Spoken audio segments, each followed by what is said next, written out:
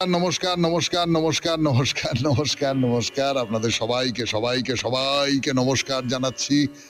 আপনাদের সবাইকে অজস্র শুভকামনা জানাচ্ছি। সবাইকে স্বাগত জানাচ্ছি আজকের এই শরণাগত অনুষ্ঠানে এবং সবাইকে শুভ সকাল জানাচ্ছি। শুভ হোক, শুভ হোক, শুভ হোক। পৃথিবী মঙ্গলময় হোক, পৃথিবী মধুময় হোক, পৃথিবী আনন্দময় হোক। আজকের দিনটি আমাদের বাঙালিদের কাছে একটা বিশেষ দিন। আজকের দিনে এমন একজন মানুষ জন্মগ্রহণ করেছিলেন, তার যে ব্যাপক কর্মকাণ্ড, সেই কর্মকাণ্ডের কথা আমরা বাঙালিরা খুব মনে রাখিনি, কিন্তু সত্যি সত্যি একজন অসাধারণ মানুষ ছিলেন তিনি। এবং আজকের দিনে তার যে বুদ্ধি, তার যে কাণ্ডজ্ঞান, তার যে দায়িত্ববোধ এবং তার যে মনন প্রতিভা, তার খুব অভাব আছে বলে মনে হয়। তার নাম আচার্য প্রফুল্লচন্দ্র রায়। আচার্য প্রফুল্লচন্দ্র রায়ের জন্মদিন আজকে। তার জন্ম হয়েছিল 1861 খ্রিস্টাব্দে এই 2রা আগস্ট তারিখে, এবং তার সূত্র ধরেই পশ্চিমবাংলায় আজকে দিনটি বিজ্ঞান দিবস হিসেবে ঘোষণা করা হয়েছে। বেনি মাধবশীলের পঞ্জিকা অনুযায়ী এবারে আজকের দিনটার কথা বলি। আজকে 17ই শ্রাবণ 1431, ইংরেজি 2রা আগস্ট 2024, শুক্রবার, ত্রয়োদশী। সূর্যোদয়ের সময় ভোর 5:11, সূর্যাস্তের সময় সন্ধে 6:16। নক্ষত্র আর্দ্রা, জন্মে মিথুন রাশি, শূদ্রবর্ণ, মতান্তরে বৈশ্যবর্ণ, নরগণ। দিনের বেলা 12:23 গতে দেবগণ। আমাদের হোয়াটসঅ্যাপে চিঠি পাঠাবার নাম্বার 9831922927। চিঠির গোড়ায় অতি অবশ্যই SG লিখতে হবে। চিঠির বিষয় তো গতদিন বলে দিয়েছি, ছোট্টবেলার কথা, ছোট্টবেলার কোনো একটা স্মৃতি, কোনো একটা মধুর স্মৃতি। সেই স্মৃতির কথা লিখবেন 250 শব্দের মধ্যে। নিশ্চয়ই প্রচুর চিঠি পাবো, প্রচুর চিঠি উপচে পড়বে চিঠির বাক্স, এবং অনেক দিন ধরে সেই চিঠি, সেই সমস্ত চিঠি পড়া হবে। তো এবারে বলি আজকের অনুষ্ঠান সম্পর্কে। আজকের অনুষ্ঠানে প্রথমে পুরাণ চিরন্তনে। পুরাণ চিরন্তনে তো দধিচির হাড় দিয়ে বৃত্রকে সংহার করা হয়ে গেছে, বজ্র দিয়ে সংহার করা হয়েছে। এরপর এই যে বৃত্রের যারা কালেয় অসুর এবং তার দলবল, তারা সমুদ্রের খুব গভীরে লুকিয়ে আছে এবং দিনের বেলা ঘুমিয়ে থাকে, সমুদ্রের তলায় থাকে, রাত্রিবেলা সেখান থেকে উঠে এসে নানান রকম অত্যাচার করে। দেবতাদের মিটিং বসলো আবার, সেই মিটিং এর কি ফল হলো সেখান থেকে বলবো। তারপর স্বামী বিবেকানন্দের রচনা থেকে পাঠ, যে রচনাটি পড়ে শোনাচ্ছি আপনাদের এখন, আমার জীবন ও ব্রত পড়ে শোনাবো। তারপর ঠাকুর শ্রী রামকৃষ্ণ পরমহংসদেবের কথামৃত থেকে পড়ে শোনাবো, চিঠি পড়বো আপনাদের, এবং শেষে বাইরে দূরে। এই হলো আমাদের আজকের অনুষ্ঠান। এখন তাহলে একটু গান শুনি, গানের পর পুরাণ চিরন্তন। গানের পর ফিরে এলাম 92.7 বিগ FM এ শরণাগত অনুষ্ঠান শুনছেন। আমি আপনাদের সৌমিত্র বসু। এখন পুরাণ চিরন্তনে দধিচির হাড় দিয়ে তো বৃত্রকে সংহার করা হয়েছে। এইবারে যারা জলের নিচে, সমুদ্রের একেবারে গভীরতম তলদেশে লুকিয়ে রয়েছে, তাদের কি করে হত্যা করা যাবে, সংহার করা যাবে। তো বিষ্ণু, সেই যে আলোচনা হচ্ছে সেখানে বিষ্ণু বলছেন যে দেখো, সমুদ্রের গভীরে যদি লুকিয়ে থাকে তাহলে তোমরা ওদের কিচ্ছু করতে পারবে না। কিছু করতে পারবো না মানে কি? দেবতারা বলছেন যে দেব বিষ্ণু, তাহলে কিভাবে এদের হাত থেকে পরিত্রাণ পাওয়া যেতে পারে? দিন দিন এদের অত্যাচার তো বেড়েই চলেছে, চারপাশ ছারখার হয়ে গেল। এর একমাত্র উপায় হলো সমুদ্রের পুরো জল তুলে ফেলার ব্যবস্থা করতে হবে, তাহলে আর কালে ওরা সেখানে লুকিয়ে থাকতে পারবে না। সমুদ্রের পুরো জল তুলে ফেলতে হবে। তো দেবতারা বলছে সেটা কি করে সম্ভব? সমুদ্রে তো অফুরন্ত জলের ভান্ডার, কিভাবে তোলা যাবে, কোথায় রাখা যাবে? এ তো আপনি একটা অসম্ভব প্রস্তাব করছেন দেব বিষ্ণু। না, এ তো সম্ভবই নয়। তাহলে কি ওদের অত্যাচার এইরকম চলতেই থাকবে আর এরা সমুদ্রের একেবারে তলায় গিয়ে লুকিয়ে পড়বে? বিষ্ণু বললেন উপায় আছে, একমাত্র একজনই আছেন যিনি এই বিপদ থেকে তোমাদের রক্ষা করতে পারেন। কে কে কে কে আপনি বলুন, বলুন, আমরা তার সঙ্গে কথা বলি, সবাই মিলে গিয়ে তাকে রাজি করাই। ঋষি অগস্ত্য, একমাত্র ঋষি অগস্ত্যই পারেন সমুদ্রের সব জল শুষে নিতে।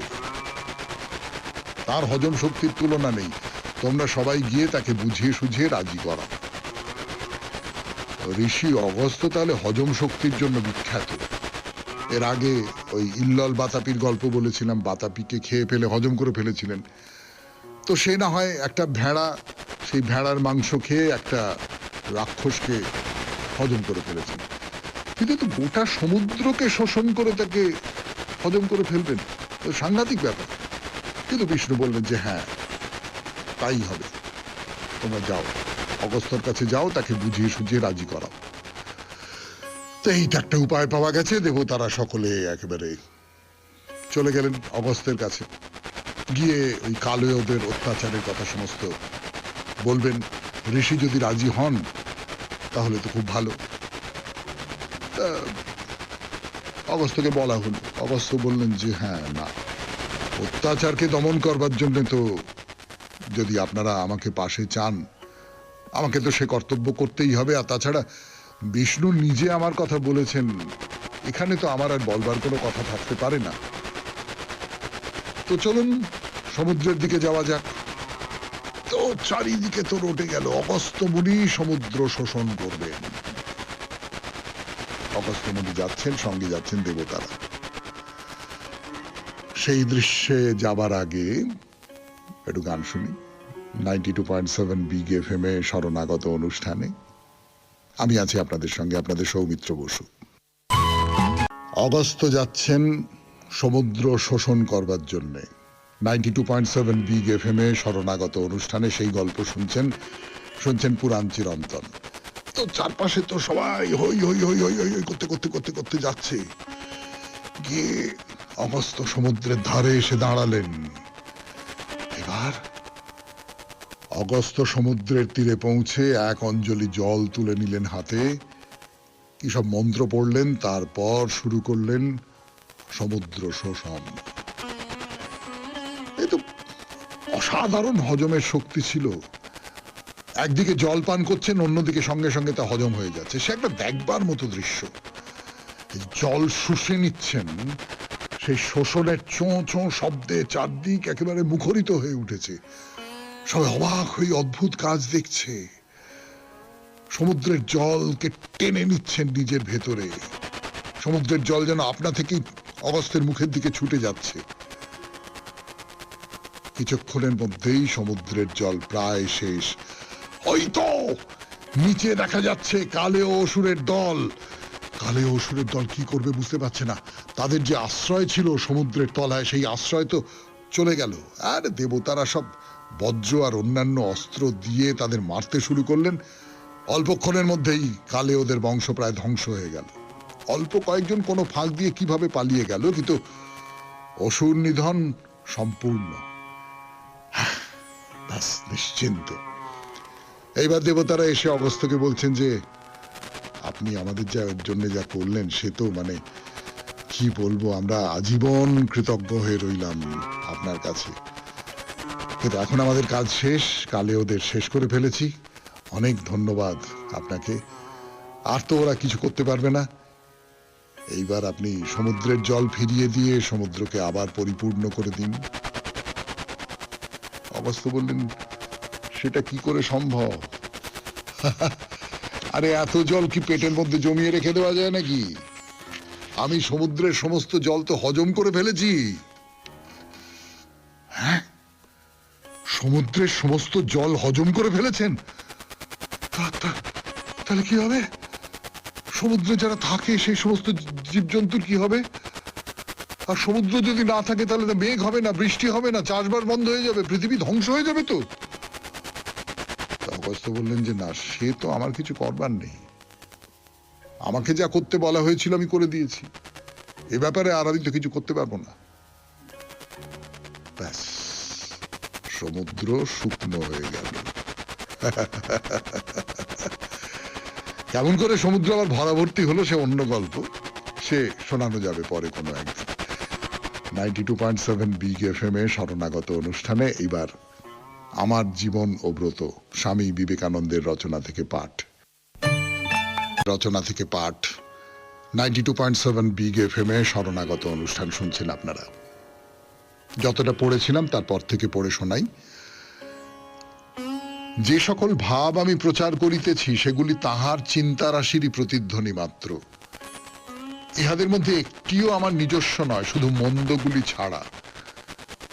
আমার উক্তির মধ্যে যাহা মিথ্যা ও মন্দ সেইগুলিই আমার। সত্য ও কল্যাণকর যে সকল কথা আমি উচ্চারণ করিয়াছি সবই তাহার বাণী প্রতিধ্বনি মাত্র। আপনাদিগকে অধ্যাপক ম্যাক্সমূলার রচিত তাহার জীবনচরিত পড়িয়া দেখিতে বলি। তাহারই চরণ প্রান্তে কয়েকজন যুবকের সহিত একত্র আমি এই ভাবধারা লাভ করিয়াছি। তখন আমি বালক মাত্র, প্রায় 16 বৎসর বয়সে আমি তাহার নিকট গিয়াছিলাম। অন্যান্য সঙ্গীদের কেহ আরো ছোট, কেহ বা একটু বড়, সব শুদ্ধ 12 জন বা কিছু বেশি হইবে। সকলে মিলিয়া এই আদর্শ প্রচারের কথা ভাবিলাম। শুধু প্রচার নয়, এই আদর্শকে বাস্তবে পরিণত করিতে চাহিলাম। ইহার অর্থ আমাদের দৈনন্দিন জীবনযাপনের মধ্য দিয়া হিন্দুর আধ্যাত্মিকতা, বৌদ্ধের করুণা, খ্রিস্টানের কর্মপ্রবণতা ও ইসলামের ভ্রাতৃত্ব ফুটাইয়া তোলা। প্রতিজ্ঞা করিলাম এই মুহূর্তেই আমরা একটি বিশ্বজনীন ধর্ম প্রবর্তন করিব, আর বিলম্ব নয়। আমাদের বৃদ্ধ গুরুদেব কখনো মুদ্রা স্পর্শ করিতেন না। সামান্য খাদ্য বস্ত্র যাহা প্রয়োজনীয় তাহাই তিনি গ্রহণ করিতেন, তাহার বেশি কিছু নয়। অন্য কোন রূপ দান তাহাকে নেওয়ানো যাইত না। আশ্চর্য আধ্যাত্মিক ভাবরাশির সহিত এই নির্বিণ্ণতার ফলে তাহার কোনরূপ বন্ধন ছিল না। ভারতীয় সন্ন্যাসী আজ হয়তো রাজবন্ধু, রাজ অতিথি, কাল তিনি ভিখারী, বৃক্ষতলসায়ী। সকলের সংস্পর্শে তাহাকে আসিতে হইবে, সর্বদা তাহাকে পরিভ্রমণ করিতে হইবে। প্রবাদ আছে, গড়ানো পাথরে শ্যাওলা জমে না। গত 14 বৎসর কাল আমি কোন স্থানে 3 মাসের বেশি থাকি নাই, সর্বদা ঘুরিয়াছি। আমরা সকলেই ঐরূপ করিয়া থাকি। মুষ্টিমেয় ওই কয়েকটি বালক এই মহান ভাবধারার প্রেরণায় নিজেদের জীবন গড়িয়া তুলিতে লাগিল। সর্বজনীন ধর্ম, দরিদ্রের প্রতি সহানুভূতি প্রভৃতি তত্ত্বের দিক দিয়া খুবই ভালো, কিন্তু কাজে এগুলি ফুটাইয়া তোলা চাই। তারপর একদিন গুরুদেবের প্রয়াণকাল উপস্থিত হইল। সকলে মিলিয়া যথাসাধ্য তাহার সেবা করিলাম। আমাদের বন্ধু বান্ধব বিশেষ কেহ ছিল না। এইসব অদ্ভুত ধারণা পোষণকারী তরুণদের কথা কেই বা শুনিবে? অন্তত ভারতবর্ষে তরুণেরা কিছুই নয়। একবার ভাবিয়া দেখুন, 12টি বালক মানুষের কাছে বড় বড় আদর্শের কথা বলিতেছে, সেই আদর্শ জীবনে পরিণত করিতে দৃঢ় সংকল্প। সকলেই হাসিত। হাসি হইতে ক্রমে গুরুতর বিষয়ে পরিণতি ঘটিত, রীতিমতো অত্যাচার আরম্ভ হইল। ঠাট্টা বিদ্রুপ যতই প্রবল হইয়া উঠিল, আমরাও তত দৃঢ় প্রতিজ্ঞ হইলাম। শুনলেন স্বামী বিবেকানন্দের রচনা থেকে পাঠ 92.7 বিগ এফএম এ শরণাগত অনুষ্ঠানে। এবারে কথামৃত। ফিরে আসছি, একটু গান শুনে নি।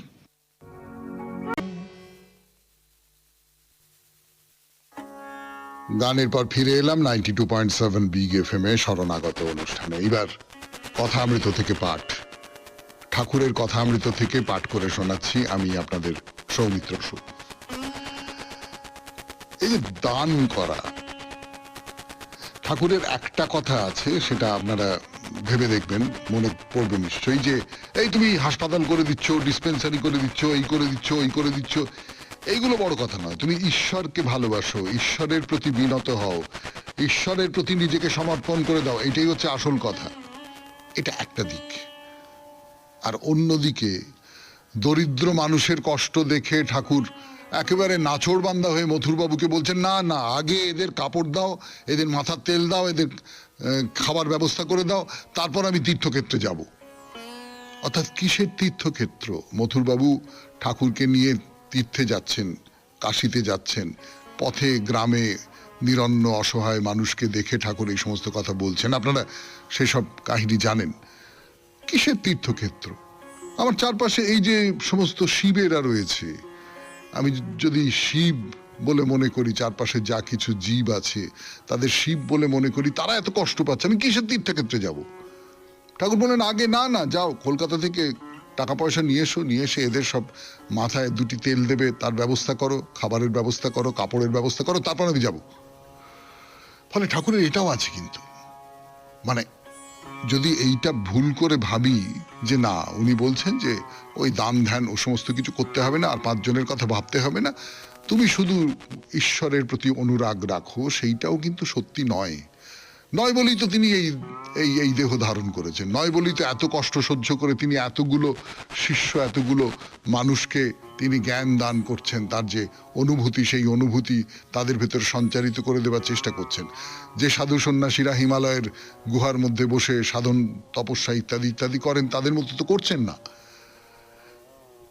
তো আমি যে কথার সূত্রে এইটা বলছি, ঠাকুর বলছেন যে ঈশ্বরে যাদের অনুরাগ আছে তাদের দেওয়া ভালো, টাকার সদ্ব্যবহার হয়, সব সংসারে দিলে কি হবে। এবং সত্যি সত্যি দারিদ্র তো সমস্ত গুণের নাশক। যদি আপনি সত্যিকারের দারিদ্রের মধ্যে পড়েন, তাহলে ঈশ্বর আরাধনা করা খুব কঠিন, অসম্ভব নয়, অনেকেই সেটা করেছেন, কিন্তু সত্যি সত্যি খুব কঠিন। তার কারণ আপনার শরীরটাকে মোটামুটি তো রাখতে হবে। আপনার অনবরত খিদে পাচ্ছে, আপনি কি করে ঈশ্বরের কথা ভাববেন? আপনার মাথার উপরে ছাদ নেই, মাথার উপরে বৃষ্টি ঝরে পড়ছে। হ্যাঁ, আমরা পুরাণে পড়েছি যে পার্বতী তপস্যা করছেন জলের তলায়, শীতকালে ডুবে, প্রখর রৌদ্রের মধ্যে চারপাশে আগুন জ্বেলে। কিন্তু সাধারণভাবে আমাকে, আমার শরীর যদি ক্রমাগত বিদ্রোহ করতে থাকে, সে তো ক্রমাগত বলতে থাকে যে না না না না না না, আমি পারছি না, আমি পারছি না, আমি পারছি না। তার ভেতর দিয়ে আমি ঈশ্বরের কথা কেমন করে ভাববো? কাজে ঠাকুর যেটা বলছেন যে যে খুব অভাবের মধ্যে আছে, খুব দারিদ্রের মধ্যে আছে, শরীর ধারণ করবার জন্য অন্তত তাকে সাহায্য করো। 92.7 বিগ FM এ শুনছেন কথা অমৃত থেকে পাঠ। আমি আছি আপনাদের সঙ্গে, আপনাদের সৌমিত্র বসু। গানের পর ফিরে আসছি। ঠাকুরের আর একটা ঘটনার কথা বলি আপনাদের। তো শ্যামদাস মাথুর কীর্তন গাইছেন। শ্যামদাস খুব নামকরা কীর্তনিয়া, তিনি গাইছেন ঠাকুরের সামনে নাথ দরস সুখে ইত্যাদি, সুখময় সায়র মরুভূমি ভেল, জলদ নেহারি চাতকি মরি গেল। মানে সাগর মরুভূমি হয়ে যাচ্ছে, আকাশে মেঘ দেখে চাতকি মরে যাচ্ছে, এইরকম একটা। এটা হচ্ছে শ্রীমতীর বিরহ দশা। চারপাশটা শুকিয়ে গেল, চারপাশটা মরুভূমি হয়ে গেল। আমি দেখতে পাচ্ছি মেঘ, কিন্তু আমি জল পাচ্ছি না। এটা হচ্ছে শ্রীমতীর বিরহ দশা। এই শ্রীমতীর বিরহ দশার গান গাইছেন শ্যামদাস। হ্যাঁ, শুনতে শুনতে শুনতে শুনতে ঠাকুর ভাবাবিষ্ট হয়ে যাচ্ছেন। ভাবাবিষ্ট হয়ে যাচ্ছেন কিভাবে? যে তার ভেতরে একটা উদ্দীপন ঘটছে। আমরা যখন কোনো একটা গান শুনি, সেই গান আমাদের ভেতরে ভেতরে অল্প খানিকটা হলেও ভাবাবিষ্ট করে দেয়। হয়তো আমরা তন্ময় হয়ে যাই, খুব মন দিয়ে শুনি, খুব গভীরভাবে, হয়তো চোখে জল চলে এলো, হয়তো বুকের মধ্যে কেমন একটা করছে, বা অন্য কিছু, যা হোক, একটা কোনো আবেগ জাগছে বুকের মধ্যে। কিন্তু সেই সঙ্গে সঙ্গে আমরা কিন্তু যে অবস্থায় আছি, এই যে আমি বসে বসে এটা চেয়ারে বসে বসে গানটা শুনছি, সেই সম্পর্কে সচেতনতাও থাকে আমার মনের মধ্যে। এই দুটো ভাগ হয়ে যায় তখন। একটা গানের সঙ্গে আমার মন মিলে যায়, আর একটা আমি যেভাবে আছি সেইটার সম্পর্কেও আমার একটা চেতনা থাকে। কিন্তু ঠাকুরের এই দ্বিতীয়টা থাকে না। ঠাকুর এই প্রথমটার মধ্যে ভেসে যান, তার বাহ্যজ্ঞান লুপ্ত হয়ে যায়। বাহ্যজ্ঞান বলতে যেটা বোঝায় বাইরের এই যে পৃথিবীর জ্ঞান, সেই বাইরের পৃথিবীর জ্ঞানটা লুপ্ত হয়ে যায়। তো তিনি ভাবাবিষ্ট হয়ে পড়েছেন। এবারে ঠাকুর নবাইকে বলছেন, কোন নগরের নবাই, তিনি মনমোহনের পিতৃব্য। তিনি ওই পেনশন নিয়ে কোন নগরে গঙ্গার তীরে ভজন সাধন করেন, খুব আসেন, খুব ঠাকুরকে দর্শন করতে আসেন। তো তিনি গান শুরু করেছেন, কীর্তন শুরু করেছেন। ঠাকুর একেবারে আসন ত্যাগ করে উঠে নৃত্য করতে আরম্ভ করলেন। কীর্তন খুব জমে গেছে, মহিমাচরণ পর্যন্ত ঠাকুরের সঙ্গে নৃত্য করছেন। তো কীর্তন হয়ে গেল। হয়ে যাওয়ার পর ঠাকুর নিজের আসনে বসলেন। হরিনাম হয়েছে, রাধার গান হয়েছে, রাধার কৃষ্ণ বিরহের গান হয়েছে। এইবারে আনন্দময়ী মায়ের নাম করছেন। তো ঠাকুর এবারে ভাবে মত্ত হয়ে মায়ের নাম করছেন। নাম করবার সময় উপর দিকে তাকিয়ে আছেন, ঊর্ধ্ব দৃষ্টি যাকে বলে। সেই গান খুব বিখ্যাত গান, আপনারা সকলেই জানেন, মা গো আনন্দময়ী আমায় নিরানন্দ করো না। তো এইসব প্রচুর গান টান ইত্যাদি ইত্যাদি হলো। উঠে দাঁড়িয়েছেন উন্মত্তের মতো। আদরিণী শ্যামামাকে হৃদয়ে রেখো, এই কথাটা যেন ভক্তদের বারবার বলছেন যে আদরিণী শ্যামামাকে হৃদয়ে রেখো গো, আদরিণী শ্যামামাকে হৃদয়ে রেখো, এইটা বারবার করে বলছেন। একজন মাতালের মতন। সে গিরিশচন্দ্র ঠাকুরকে দেখে তার মনে হয়েছিল যে লোকটা মাতাল নাকি, সেই রকম মাতাল হয়ে গেছেন। নিরঞ্জন তাকে ধরতে গেছেন। ঠাকুর বলছেন, এই শালা ছুমি না, ছুমি না, ছুমি না, নাচ নাচ, সবাই নাচ নাচ। এই চলছে আর কি, এই চলছে। এই যে আনন্দ, এই যে ঈশ্বর ভাবনার যে আনন্দ। শুনছেন শরণাগত ঠাকুরের কথা, কথামৃত 92.7 বিগ FM এ শরণাগত অনুষ্ঠানে আমি আছি আপনাদের সঙ্গে, আপনাদের সৌমিত্র বসু। গান হয়ে গেল, কীর্তন হয়ে গেল, ঠাকুর আবার স্বাভাবিক অবস্থায় ফিরে এসেছেন, সেই কথা বলি আপনাদের 92.7 বিগ FM এ শরণাগত অনুষ্ঠানে।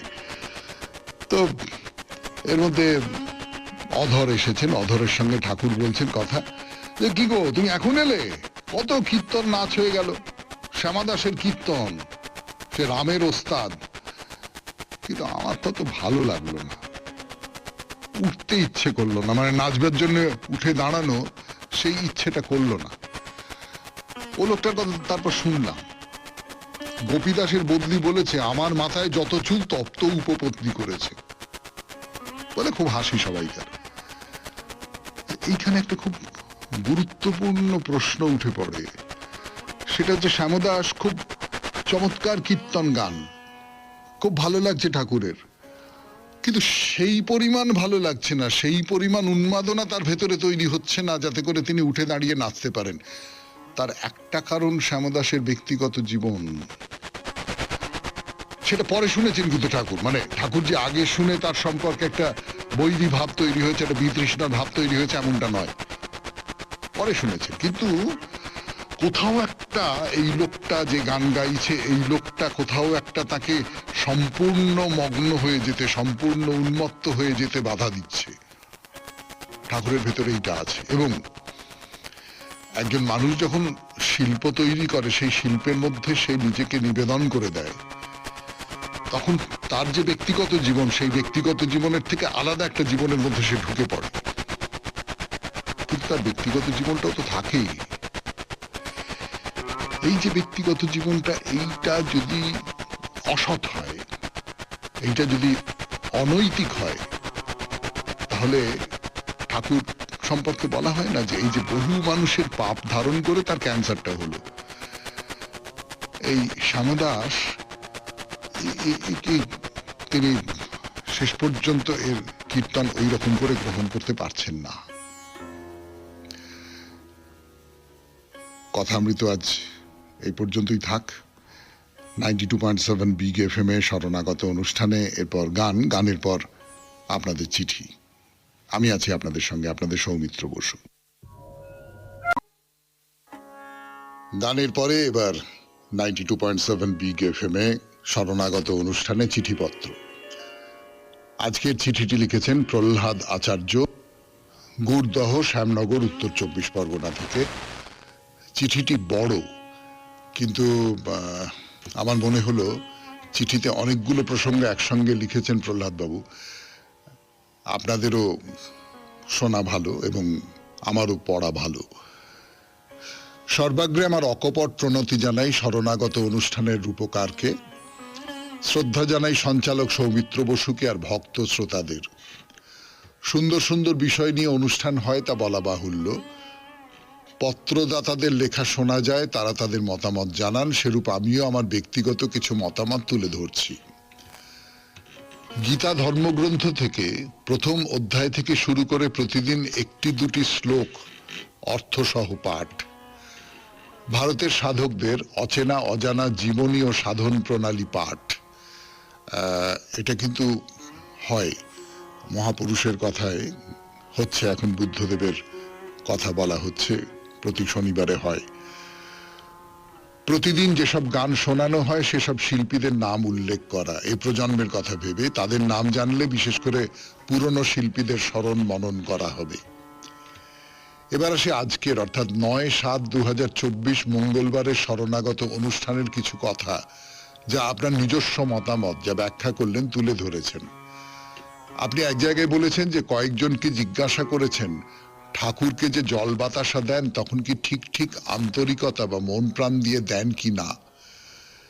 একটু সময়ের জন্য ঠাকুরকে জল বাতাসা দিয়েই আবার জাগতিক বিষয়ে মত্ত হয়ে যাওয়া ইত্যাদি। ঠাকুরের প্রসঙ্গ টেনে বললেন যে আমরা যদি ঠাকুরের কাছে সময়টা বেশি দিতে পারি তাহলে ভালো। এবার বলি, আপনি কি করে বুঝবেন বা জানবেন যে তার প্রার্থনা ঠাকুরের কাছে পৌঁছলো কিনা? সময় নিয়ে অবতার বরিষ্ঠায় শ্রী রামকৃষ্ণ, মা ও স্বামীজি বলেছেন, তুমি কতক্ষণ জপ ধ্যান করছো সে বড় কথা নয়, তার প্রতি আন্তরিক ব্যাকুলতা ঘনিষ্ঠতা বেড়েছে কিনা। বর্তমান সময়ে প্রতিটি মানুষ বিভিন্ন পেশায় জড়িত, তারা তাদের বাধ্যতামূলক কাজের ফাঁকে কয়েক মিনিটের জন্য প্রভুকে স্মরণ মনন করে, বা আপনার কথায় জল বাতাসা দিলাম খাও, তাতেই সন্তুষ্ট। এক সাধু গঙ্গার পাড়ে বসে সাধন ভজন করেন। তিনি দেখেন যে এক বারমণি তার নিত্য গঙ্গাবক্ষে অবগাহন করে গৃহে গিয়ে গোবিন্দ সেবা করে নিজ পেশায় যান। সাধু বাবা তাকে চেনেন, তাই সে একটি করে পাথর রাখেন যে ওই বারবণিতা কত পাপ কাজ করছে। দেখা গেল সাধু বাবা পাথর রেখে রেখে উঁচু করে ফেলেছেন। সর্বশেষ সাধুর নরকগামী হলেন, আর ওই বারবণিতা শ্রী গোবিন্দের শ্রীচরণে ঠাঁই পেলেন। তাই আমরা কে কিভাবে সময় দিচ্ছে বাহ্য দিক দিয়ে বোঝা যায় না। সারাদিনে জোগাড়ের কাজ করে এসেও একবার জল ফুল দেন, তাহলেও প্রভু গ্রহণ করেন। বহু উপাচার, ষোড়শ, 10, পঞ্চ উপাচারের কোনো প্রয়োজন নেই। কোনো শাস্ত্রে উল্লেখ আছে কিনা আমার জানা নেই। আরেকদিন বলেছেন যে ঠাকুরের পুজো করতে কোনো ব্রাহ্মণ পুরোহিতের প্রয়োজন নেই, আমি আমার ঠাকুরকে নিজে থেকেই পুজো করব, ইত্যাদি ইত্যাদি। এখানেও আপনি আপনার নিজস্ব মতামত সকলের কাছে তুলে ধরেছেন। বিষয়টি হলো, নিজ গৃহে যে যার মতো করে পুজো করতেই পারেন, তাতে কোনো বিধিনিষেধ নেই, কিন্তু শ্রী শ্রী ঠাকুর, মা ও অন্যান্য সাধকরা যে যে ধর্মের হোক, কোনো মন্দির, চার্চ ও মসজিদে যান, তারা ওই পুরোহিত বা ধর্মযাজকদের মাধ্যমে পূজা অর্চনা করেছেন। যে জিনিস আপনার ব্যক্তিগত ভালো লাগে না সেটা কোনো অনুষ্ঠানে ব্যক্ত করা মানে অন্যের ভাব নষ্ট করা। মহাপ্রভুকে একজন পার্ষদ বলেছেন, প্রভু এ কি এই ভক্তকে আপনি কৃপা করলেন, এ তো সারাদিন পাপ কাজ করে। প্রভু শুনে বললেন যে হ্যাঁ আমি তা জানি, কিন্তু দিনের শেষে যখন তিলক ধারণ করে তখন কয়েক মুহূর্তের জন্য হলেও প্রভুর নাম স্মরণ করে, তাতেই সে মুক্ত। যাকার দীর্ঘায়িত করব না, প্রয়োজন মনে করলে এই চিঠি পড়বেন, আর না হলে আপনি নিজ মনে পড়লেই হবে। অপরাধ নেবেন না, ক্ষমা প্রার্থী, প্রহ্লাদ আচার্য, গুড়দহ, শ্যামনগর, উত্তর 24 পরগনা। হ্যাঁ প্রহ্লাদ বাবু, আপনাকে অনেক ধন্যবাদ। আপনার মনের মধ্যে কতগুলো ক্ষোভ তৈরি হয়েছিল, সেই ক্ষোভগুলো আপনি প্রকাশ করেছেন এবং আমাকে তার উত্তর দেবার একটা সুযোগ করে দিয়েছেন, তার জন্য বিশেষভাবে ধন্যবাদ জানাচ্ছি। আপনাকে বলি যে মহাপুরুষকে নিয়ে, মহাপুরুষের জীবন কথা নিয়ে তো বললাম, আমরা একটা অনুষ্ঠান করছি প্রতি শনিবার, বুদ্ধদেবের জীবন কথা বলা হচ্ছে। দ্বিতীয় যে কথাটা বলার সেটা হচ্ছে, এই যে ফুল বাতাসা দেওয়ার কথা বলেছিলাম, আমার নিজের ধারণা এবং আমি যা শুনেছি তার থেকেও, বহু মানুষই কিন্তু ফুল বাতাসা দেওয়াটাকে একটা প্রথা হিসেবে গণ্য করেন। আন্তরিকভাবে কেউ দেন না এরকম কথা আমি বলিনি, কিন্তু যারা ওই ফুল বাতাসা দেওয়াটাকে প্রথা হিসেবে গণ্য করেন, দিতে হয় বলে দিয়ে দিলেন, তাদের সম্পর্কে আমি এই কথাগুলো বলেছিলাম। যারা আন্তরিকভাবে ফুল বাতাসা দিচ্ছেন বা পুজো করছেন বা নাম গান করছেন, তাদের সম্পর্কে আমি কিন্তু এই কথা বলিনি। আর নিজের ঘরে পুজো করতে পারবেন এটা কিন্তু কোনো একটা ধর্মস্থান সম্পর্কে আমি বলেছিলাম, ওটা আমার ব্যক্তিগত মত নয়।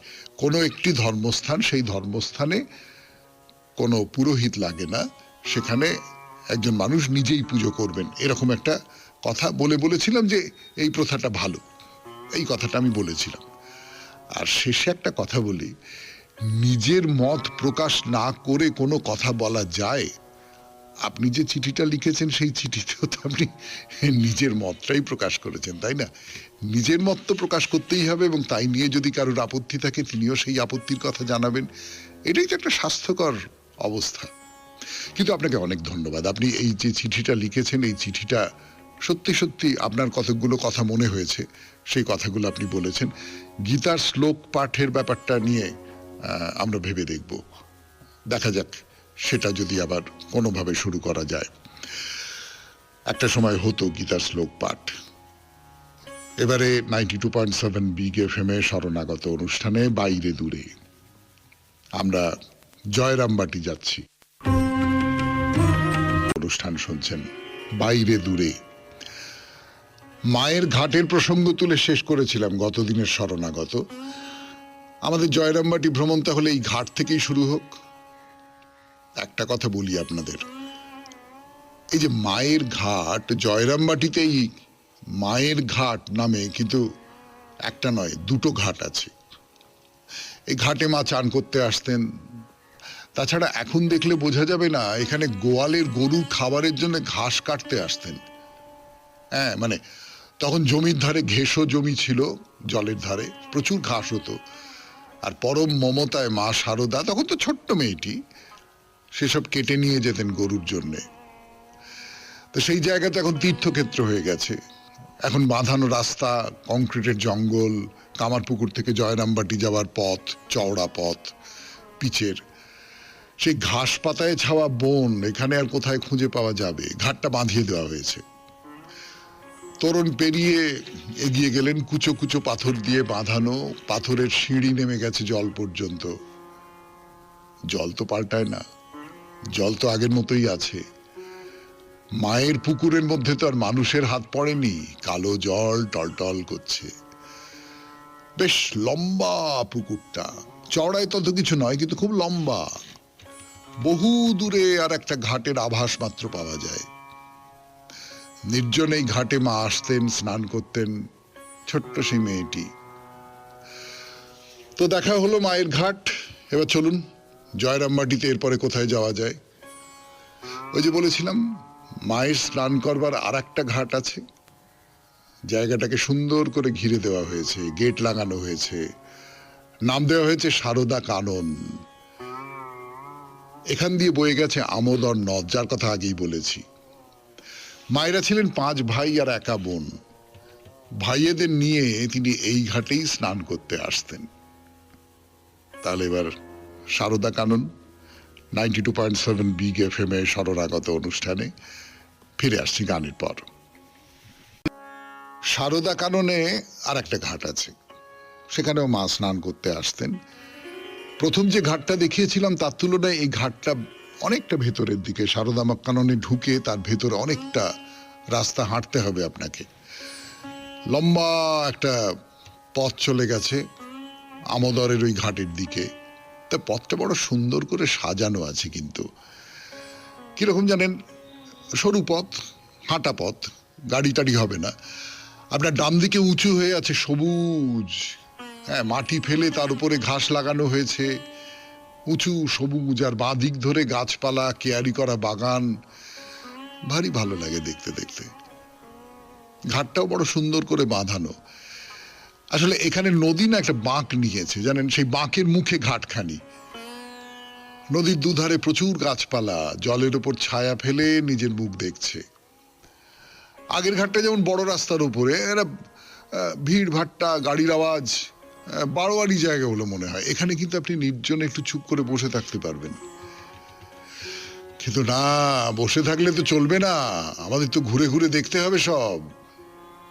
ওই ঘাট দেখলেন, দেখে বেরিয়ে এলেন।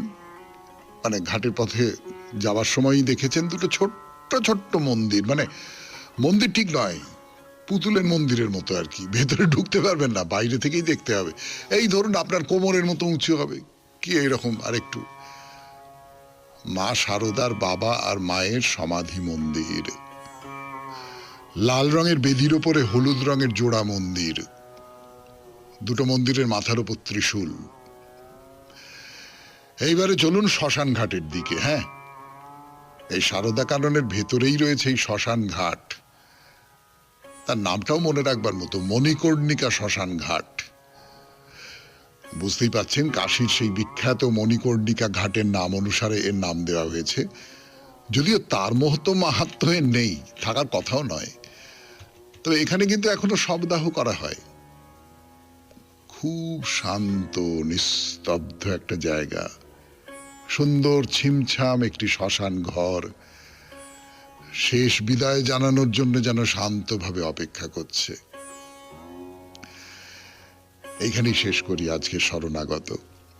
আমাদের হোয়াটসঅ্যাপে চিঠি পাঠাবার নাম্বার 9831922927। চিঠির গোড়ায় অতি অবশ্যই SG লিখতে হবে। আর চিঠির বিষয় তো আপনারা জানেন, ছোট্টবেলার কথা, আপনার নিজের ছোটবেলার খুব মধুর কোনো একটা স্মৃতি, খুব একেবারে প্রথম মধুর স্মৃতি যদি মনে পড়ে, সেইটা 250 শব্দের মধ্যে লিখে আগামী মঙ্গলবার সন্ধে 6টার ভেতর আমাদের দপ্তরে পৌঁছে দিন। এবার তাহলে কবিতা। তারায় তারি আলোক তাই উঠিল উজলিয়া, স্বাগত বাণী ছিল সে মেলি ভাষাবিহীন মুখে, বহুজনের বাণীরে ঠেলি বাজে কি তব বুকে, নিকটে তব এসেছিল যে সে কথা বুঝাবারে, অসীম দূরে গিয়াছে ও যে শূন্যে খুঁজাবারে, সেখানে গিয়ে করেছে চুপ ভিক্ষা গেল থামি, তাই কি তার সত্য রূপ হৃদয়ে এলো নামি। খুব ভালো থাকবেন, আনন্দে থাকবেন।